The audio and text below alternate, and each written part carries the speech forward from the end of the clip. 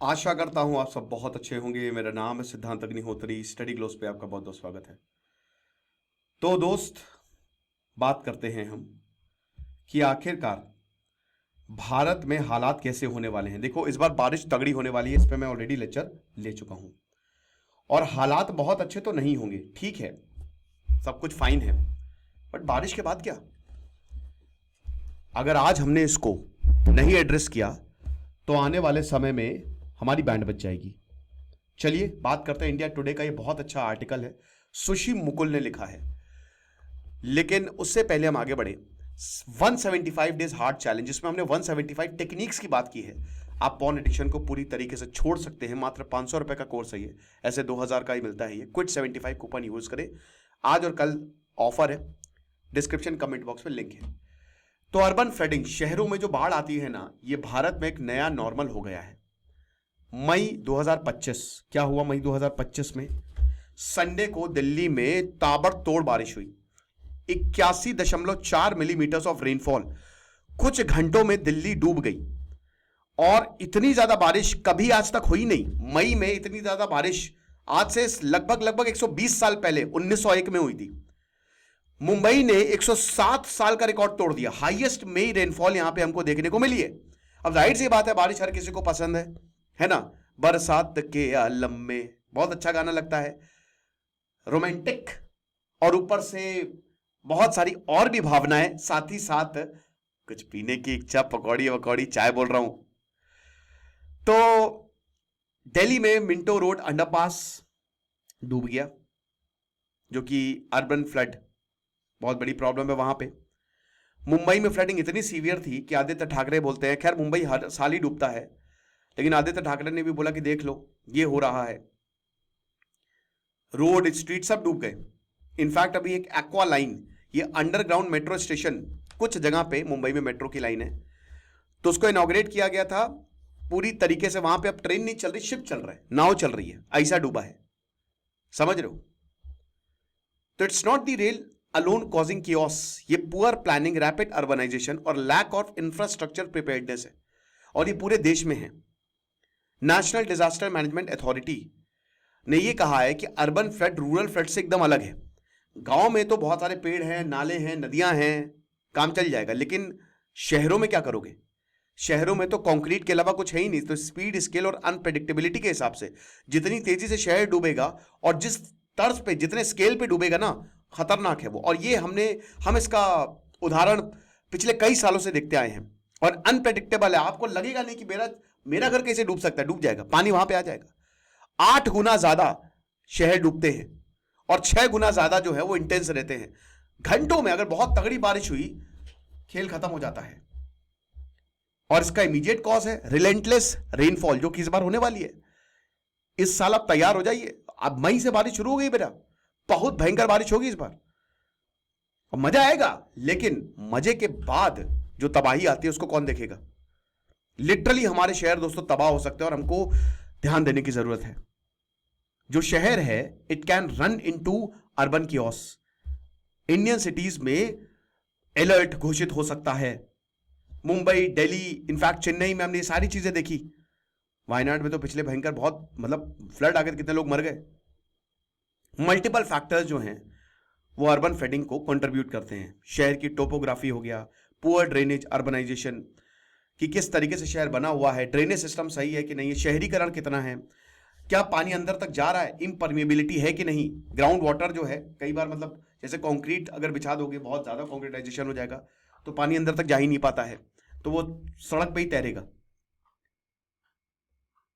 और जैसे अरावली की बात करता, दिल्ली है तो अरावली जो है वो एक नेचुरल स्लोप है, पैरेलली दिल्ली, हरियाणा, राजस्थान से अरावली चलती है, तो यमुना रिवर पे वो जाएगा ही पानी। लेकिन प्रॉब्लम क्या है कि पानी को आपने डाइवर्ट कर दिया है, आपने एनरोचमेंट इतना किया है, इतना ज्यादा इलीगल एनरोचमेंट बढ़ गए हैं ना शहरों में, कि पानी जहां पे नदियों में जाना चाहिए वो शहरों में आ रहा है, जहां पे बिल्डिंगें नहीं बनानी चाहिए थी वहां पे भी बना रहे हैं। ये हो रहा है। मुंबई जो है, बताइए, चार चार नदियां हैं, 4 नदियां, और अरेबियन सी है, उसके बावजूद फ्लड आ जाते हैं। क्रीक्स हैं, रिवर्स हैं, समुद्र हैं, आप बचा नहीं पाते। बेंगलुरु जो कि अगेन एक रिज पे बैठा है, वहां पे अर्बन फ्लड्स देखने को मिलते हैं। तो चलिए दिल्ली, मुंबई, बेंगलुरु और चेन्नई के हाल देखते हैं कि आखिरकार ये जो अर्बन फ्लड्स है क्या है। तो सबसे पहले हम दिल्ली के हाल देखेंगे। नेचुरल एडवांटेज है यहां पे, लेकिन निग्लेक्शन उससे ज्यादा है। अर्बन फ्लडिंग आपको पता है, अर्बन फ्लडिंग जब इसमें क्या होता है कि ये बहुत तेजी से फैलता है, बहुत तेजी से।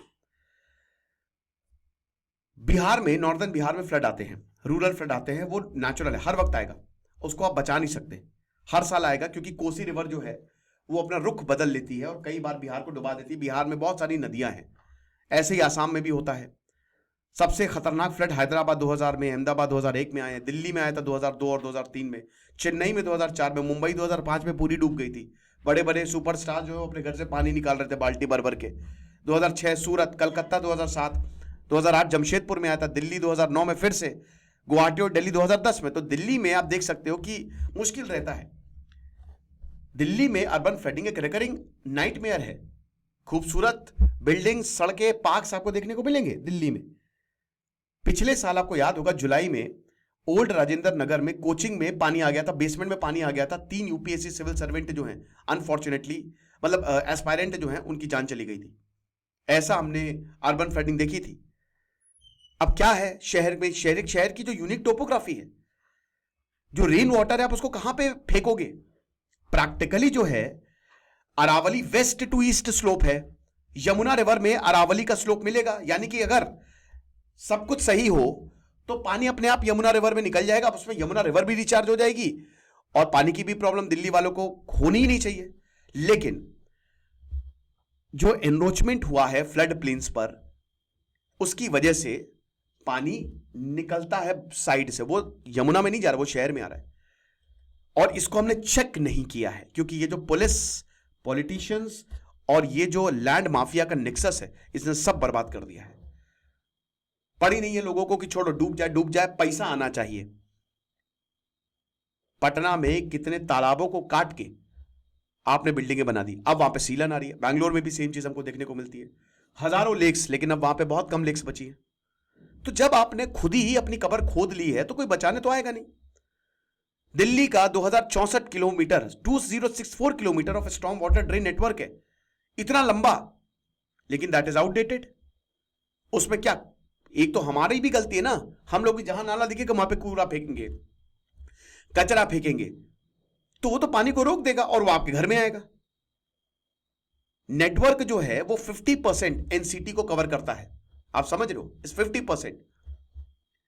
अब दिल्ली ने एक ड्रेनेज मास्टर प्लान निकाला था 1976 में, लेकिन उस समय पॉपुलेशन खाली 60 लाख थी, आज लगभग 4 करोड़ के आसपास है 2025 में।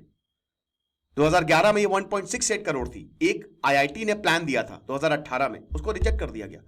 और अरविंद केजरीवाल के समय सरकार थी, एंड मैं तो यही सोचता हूं कि अरविंद केजरीवाल कैसे इसको रिजेक्ट कर सकते, वो खुद एक आईआईटीएन है, लेकिन कर दिया, नहीं हो पाया। और अभी देखिए जो अभी भी सरकारें हैं, आप ये मत समझिए कि सब बढ़िया है, 2011 में भी कुछ ऐसा नहीं था।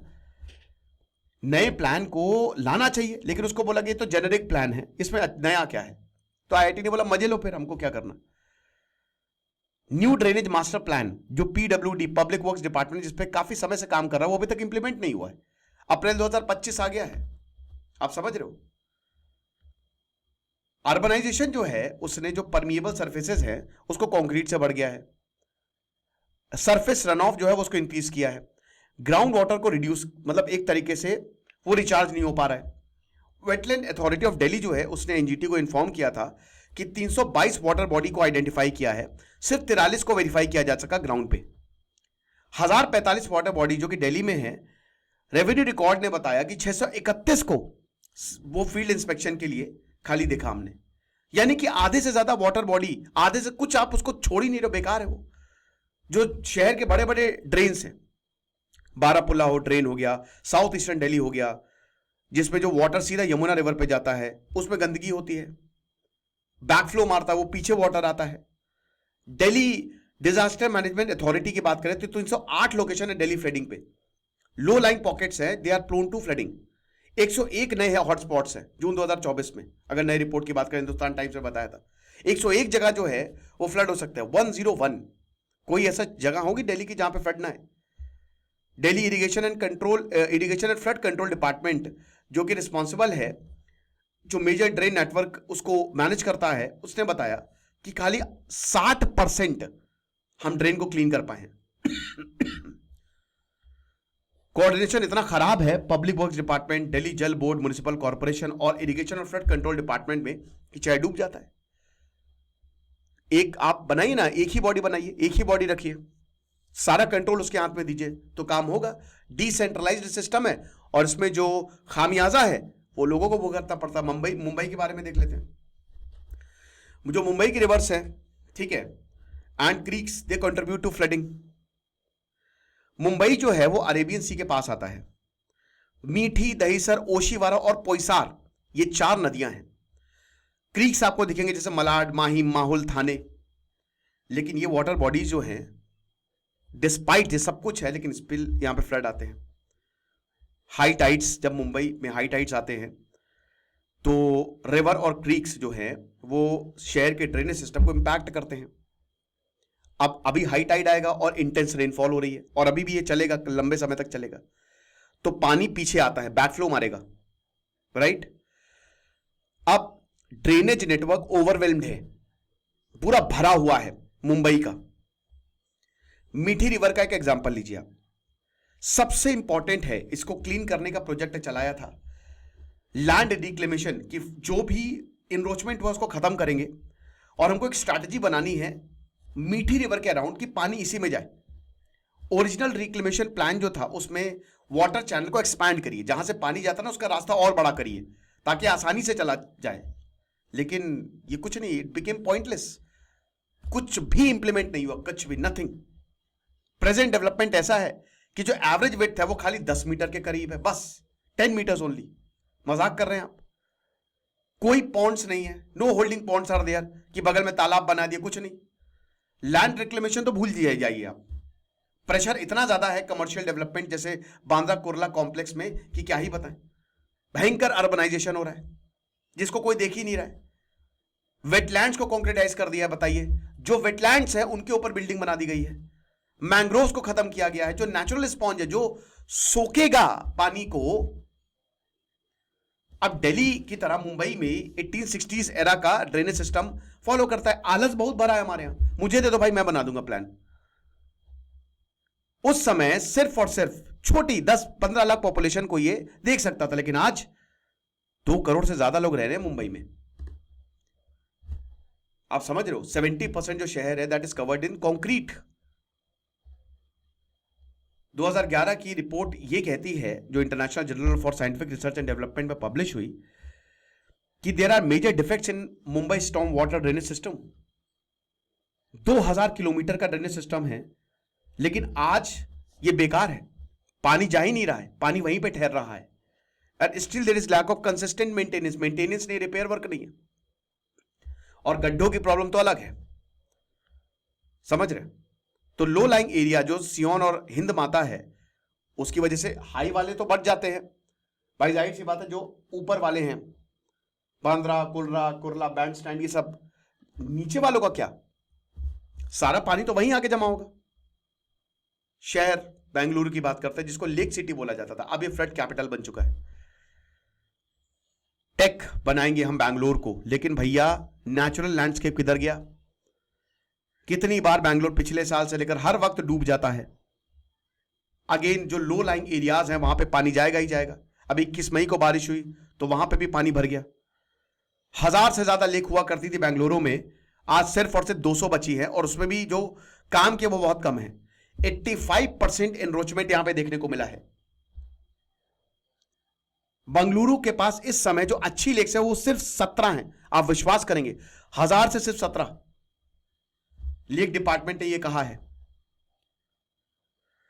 बेंगलुरु की टोपोग्राफी ऐसी है कि एकदम से पानी भरेगा और एकदम से पानी बरसेगा और भर जाएगा। और ये पहले के जमाने में 1000 साल पहले इसको देख लिया था।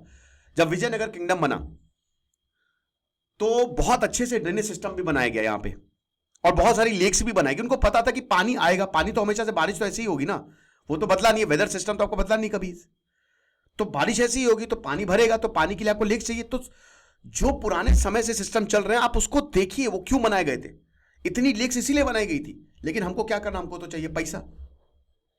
2023 में 93.3% जो बेंगलुरु के सरफेस एरिया है that was covered by built up infrastructure. अब प्रॉब्लम ये है कि आप यहां से लोगों को बाहर भी नहीं निकाल सकते, तोड़ नहीं सकते, क्योंकि यहां पे तो अब लोग रह रहे हैं, तो करे क्या, बोले तो बोले क्या। 890 स्टॉर्म वाटर ड्रेन्स हैं, पुअरली मेंटेन्ड, सिल्ट है, गार्बेज है।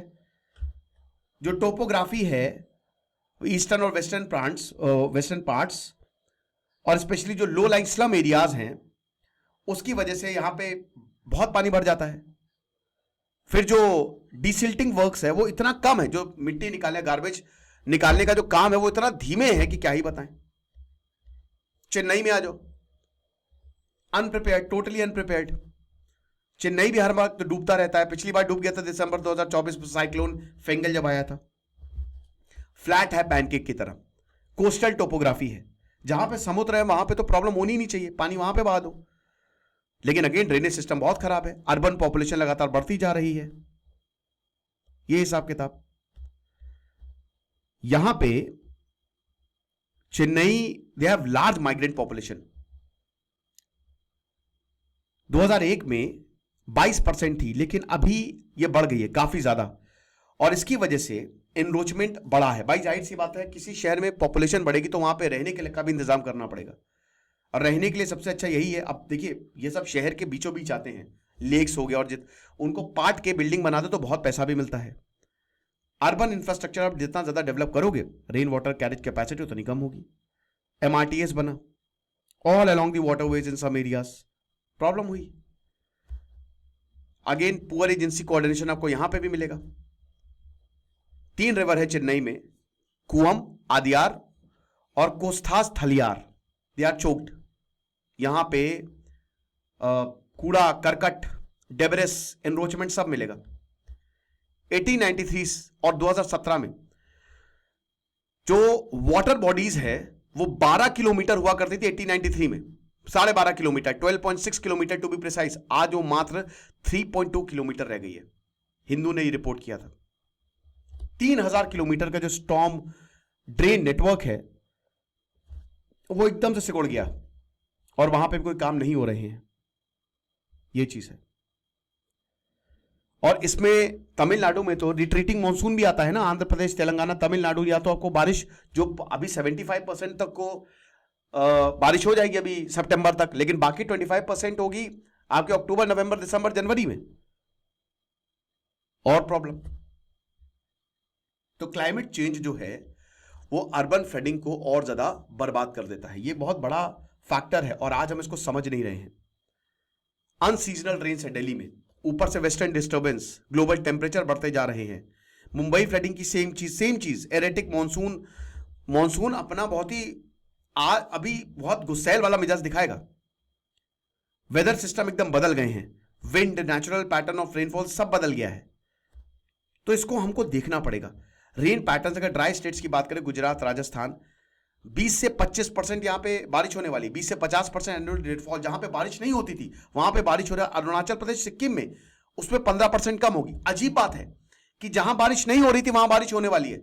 अगर ऐसे ही रहा तो राजस्थान हरा भरा हो जाएगा। पिछले साल सऊदी अरेबिया में बारिश हो गई। तो अर्जेंट नीड है इस समय शहरों के हिसाब से प्लान को प्रिपेयर करना, यह बहुत ज्यादा जरूरी है। कौन सा शहर कितने खतरे में है उस हिसाब से आपको प्लान बनाना पड़ेगा।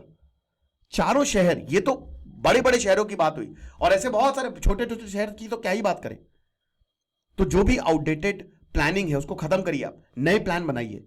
कोऑर्डिनेशन, एक ही बॉडी बनाइए जो देखे, और उसके ऊपर एक सेंट्रल में बॉडी हो, बनाइए ना। किसने फ्लड मैनेजमेंट एंड कंट्रोल एक बॉडी बनाई, और स्टेट में भी बॉडी होनी चाहिए। ये 4 मेट्रो सिटीज की बात नहीं है, कोलकाता, हैदराबाद में भी सेम प्रॉब्लम है। गुवाहाटी तो क्या ही बात करें, फिर डूबेगा। नासिक, पटना, लखनऊ, जयपुर, देहरादून, सब जगह ये प्रॉब्लम है, लेकिन हम ध्यान नहीं दे रहे। तो देख लीजिए, आपको क्या लगता है मुझे कमेंट बॉक्स में जरूर बताइएगा। खुश रहिए, पढ़ते रहिए। दिस इज सिद्धांत अग्निहोत्री साइनिंग ऑफ।